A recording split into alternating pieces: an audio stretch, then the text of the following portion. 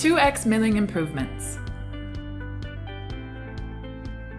In ZW3D 2020, some great improvements have been made to 2x milling operations, such as move surface engraving operation to 2x milling, add a new feature to define Z-step types for zigzag, box, contour, and ramp operations.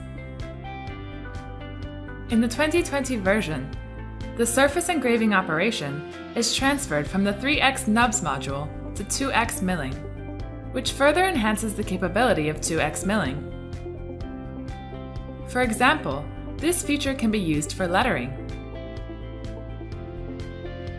And we can use this operation to remove burrs for some parts. Let's verify this toolpath and see how it works.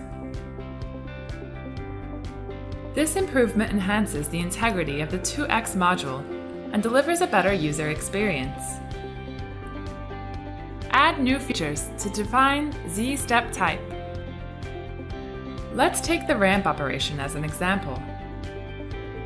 In previous versions, if you machine holes of different depths, you need to create multiple operations and multiple features, just like this.